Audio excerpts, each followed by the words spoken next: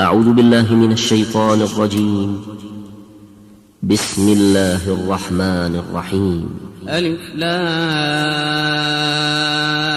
را، تلك آيات الكتاب المبين. إنا أنزلناه قرآنا عربيا لعلكم تعقلون. نحن نقص عليك أحسن القصص بما أوحينا إليك هذا القرآن وإن كنت من قبله لمن الغافلين. إذ قال يوسف لأبيه يا أبت إني رأيت 11 كوكبا والشمس والقمر رأيتهم لي ساجدين. قال يا بني لا تقصص رؤياك على إخوتك فيكيدوا لك كيدا إن الشيطان للإنسان عدو مبين. وكذلك يجتبيك ربك ويعلمك من تأويل الأحاديث ويتم نعمته عليك وعلى آل يعقوب كما أتمها على أبويك من قبل إبراهيم وإسحاق إن ربك عليم حكيم. لقد كان في يوسف وإخوته آيات للسائلين إذ قالوا ليوسف وأخوه أحب إلى أبينا منا ونحن عصبة إن أبانا لفي ضلال مبين. اقتلوا يوسف أو اطرحوه أرضا يخل لكم وجه أبيكم وتكونوا من بعده قوما صالحين. قال قائل منهم لا تقتلوا يوسف وألقوه في غيابة الجب يلتقطه بعض السيارة إن كنتم فاعلين. قالوا يا أبانا ما لك لا تأمنا على يوسف وإنا له لناصحون. أرسله معنا غدا يرتع ويلعب وإنا له لحافظون. قال إني ليحزنني أن تذهبوا به وأخاف أن يأكله الذئب وأنتم عنه غافلون. قالوا لئن أكله الذئب ونحن عصبة إنا إذا لخاسرون. فلما ذهبوا به وأجمعوا أن يجعلوه في غيابة الجب وأوحينا إليه لتنبئنهم بأمرهم هذا وهم لا يشعرون. وجاءوا أباهم عشاء يبكون. قالوا يا أبانا إنا ذهبنا نستبق وتركنا يوسف عند متاعنا فأكله الذئب وما أنت بمؤمن لنا ولو كنا صادقين. وجاءوا على قميصه بدم كذب قال بل سولت لكم أنفسكم أمرا فصبر جميل والله المستعان على ما تصفون. وجاءت سيارة فأرسلوا واردهم فأدلى دلوه قال يا بشرى هذا غلام وأسروه بضاعة والله عليم بما يعملون. وشروه بثمن بخس دراهم معدودة وكانوا فيه من الزاهدين. وقال الذي اشتراه من مصر لامرأته أكرمي مثواه عسى أن ينفعنا أو نتخذه ولدا وكذلك مكنا ليوسف في الأرض ولنعلمه من تأويل الأحاديث والله غالب على أمره ولكن أكثر الناس لا يعلمون ولما بلغ أشده آتيناه حكما وعلما وكذلك نجزي المحسنين وراودته التي هو في بيتها عن نفسه وغلقت الأبواب وقالت هيت لك قال معاذ الله إنه ربي أحسن مثواي إنه لا يفلح الظالمون ولقد همت به وهم بها لولا أن رأى برهان ربه كذلك لنصرف عنه السوء والفحشاء إنه من عبادنا المخلصين واستبق الباب وقدت قميصه من دبر وألف يا سيدها لدى الباب قالت ما جزاء من أراد بأهلك سوءا إلا أن يسجن أو عذاب أليم قال هي راودتني عن نفسي وشهد شاهد من أهلها إن كان قميصه قد من قبل فصدقت وهو من الكاذبين وإن كان قميصه قد من دبر فكذبت وهو من الصادقين فلما رأى قميصه قد من دبر قال إنه من كيدكن إن كيدكن عظيم يوسف أعرض عن هذا واستغفري لذنبك إنك كنت من الخاطئين وقال نسوة في المدينة امرأة العزيز تراود فتاها عن نفسه قد شغفها حبا إنا لنراها في ضلال مبين فلما سمعت بمكرهن أرسلت إليهن وأعتدت لهن متكأ وآتت كل واحدة منهن سكينا وقالت اخرج عليهن فلما رأينه أكبرنه وقطعن أيديهن وقلن حاش لله ما هذا بشرا إن هذا إلا ملك كريم قالت فذلكن الذي لمتنني فيه ولقد راودته عن نفسه فاستعصم ولئن لم يفعل ما آمره ليسجنن وليكونن من الصاغرين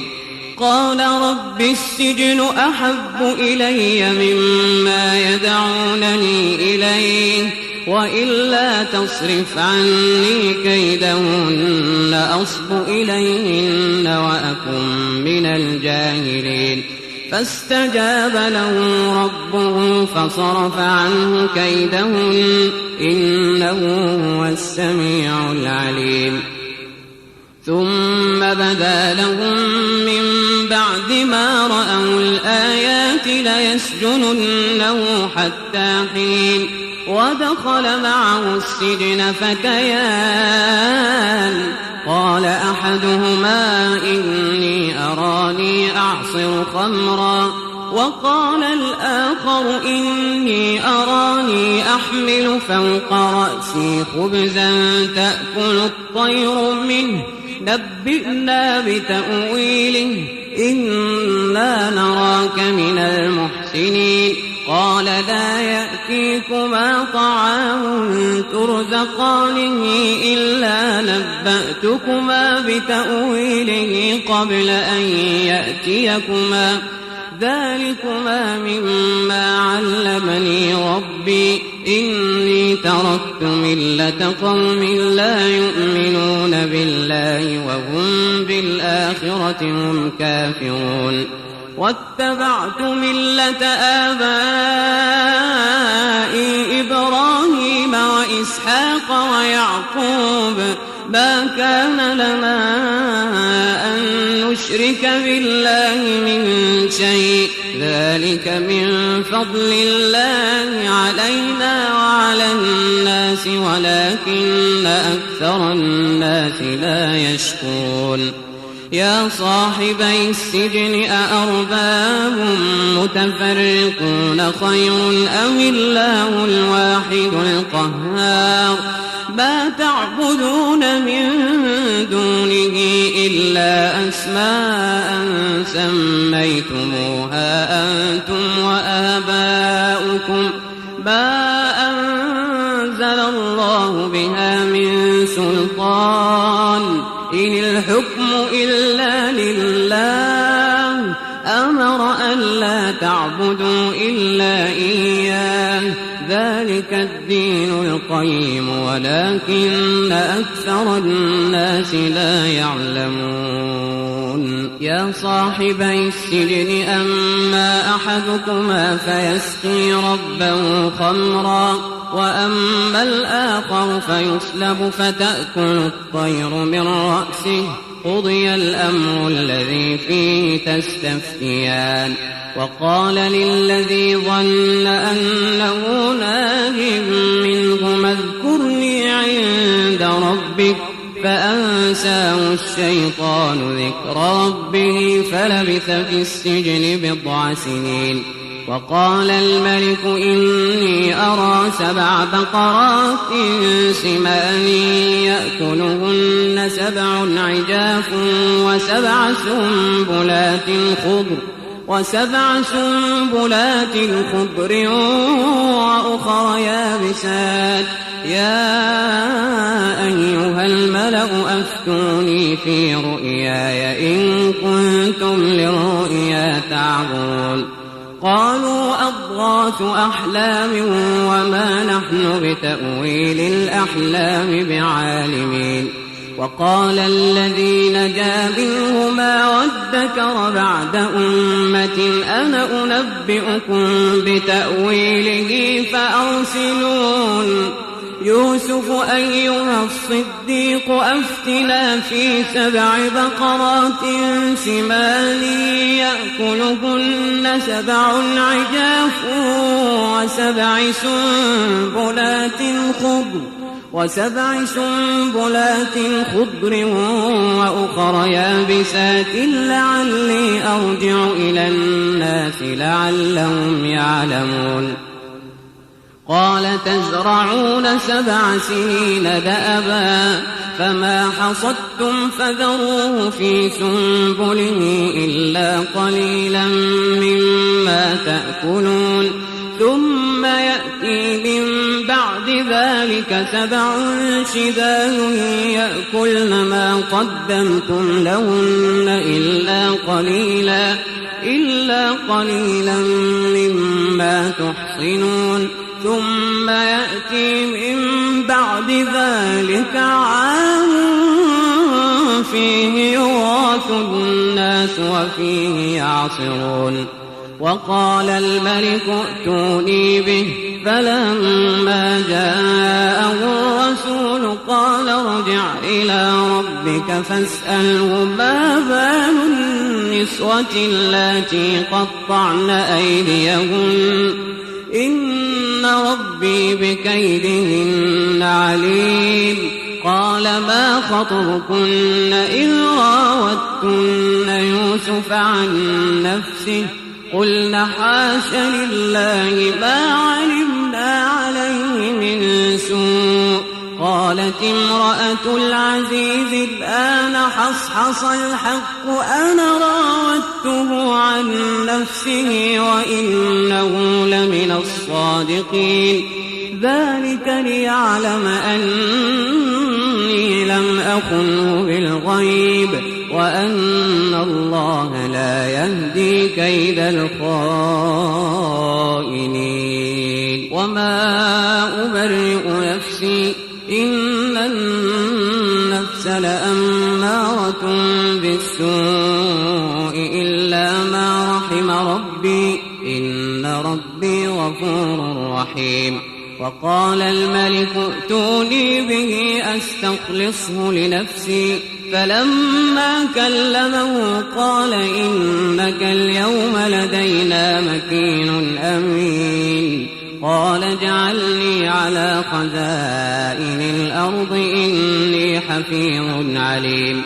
وكذلك مكنا ليوسف في الأرض يتبوأ منها حيث يشاء نصيب برحمتنا من نشاء ولا نضيع أجر المحسنين ولأجر الآخرة خير للذين آمنوا وكانوا يتقون وجاء إخوة يوسف فدخلوا عليه فعرفهم وهم له منكرون ولما جهزهم بجهازهم قال ائتوني بأخ لكم من أبيكم ألا ترون أني أوفي الكيل وأنا خير المنزلين فإن لم تأتوني به فلا كيل لكم عندي ولا تقربون قالوا سنراود عنه أباه وإنا لفاعلون وقال لفتيانه اجعلوا بضاعتهم في رحالهم لعلهم يعرفونها إذا انقلبوا إلى أهلهم لعلهم يرجعون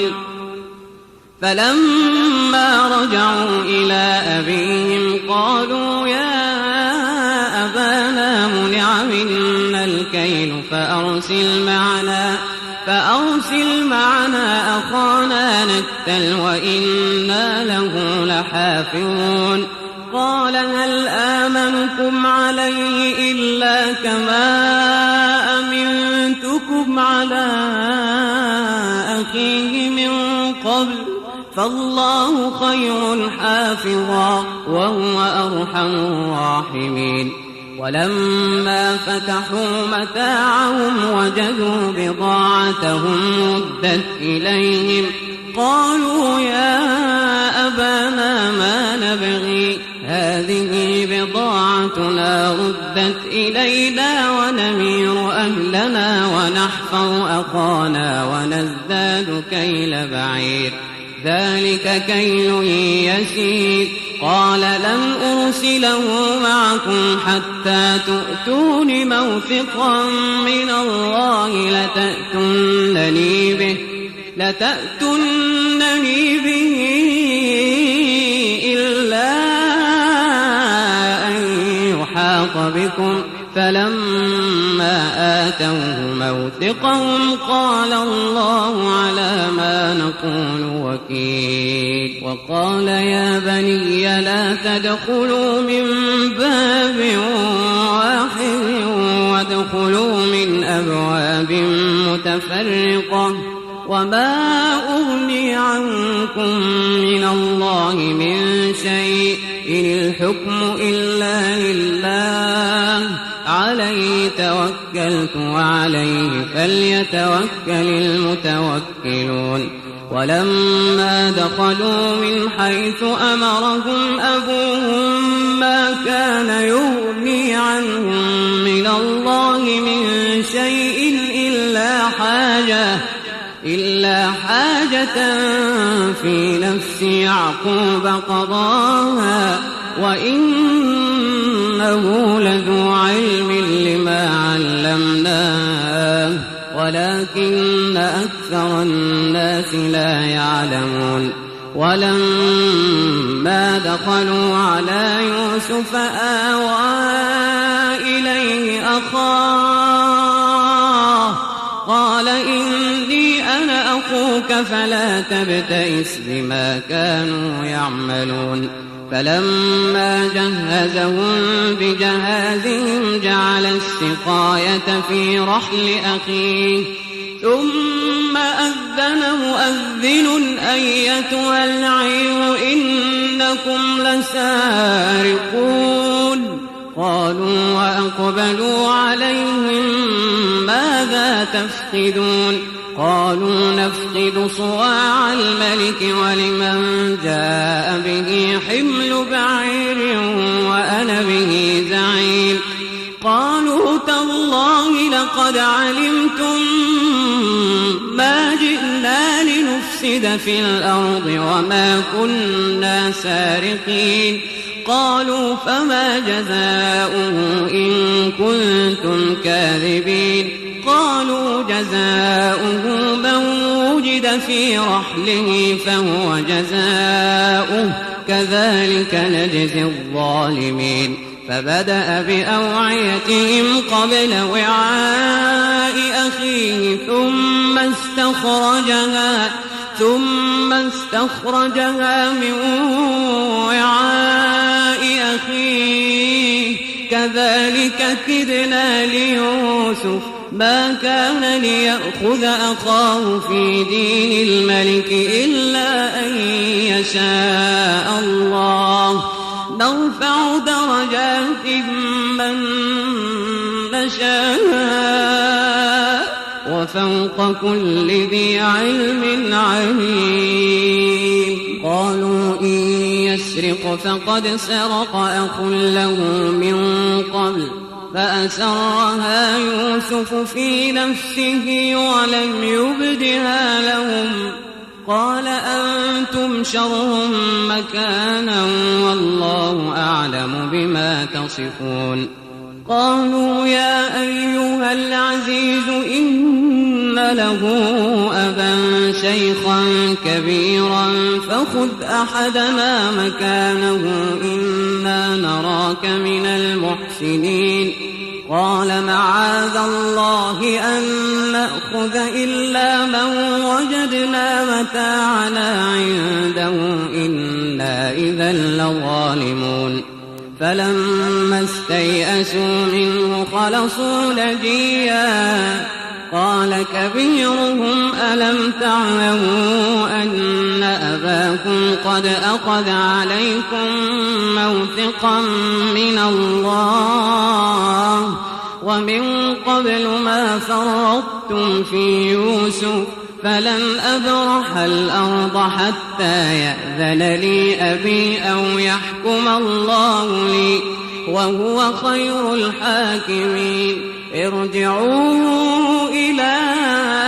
أبيكم فقولوا يا أبانا إن ابنك سرق وما شهدنا إلا بما علمنا وما كنا للغيب حافظين واسأل القرية التي كنا فيها والعير التي أقبلنا فيها وإنا لصادقون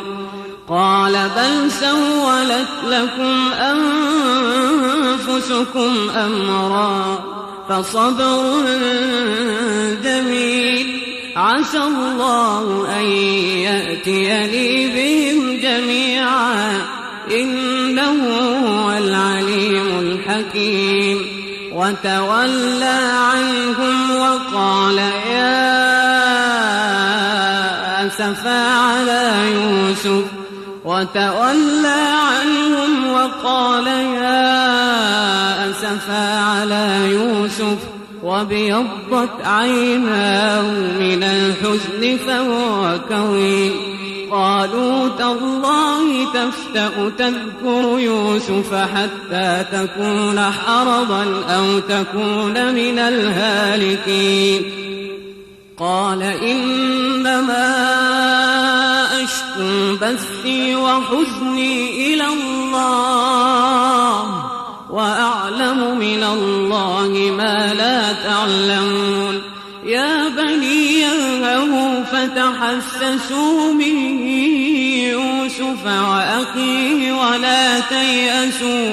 ولا تيأسوا من روح الله إنه لا ييأس من روح الله إلا القوم الكافرون. فلما دخلوا عليه قالوا يا أيها العزيز مسنا وأهلنا الضر وجئنا ببضاعة مزجاة فأوف لنا الكيل وتصدق علينا إن الله يجزي المتصدقين. قال هل علمتم ما فعلتم بيوسف وأخيه إذ أنتم جاهلون؟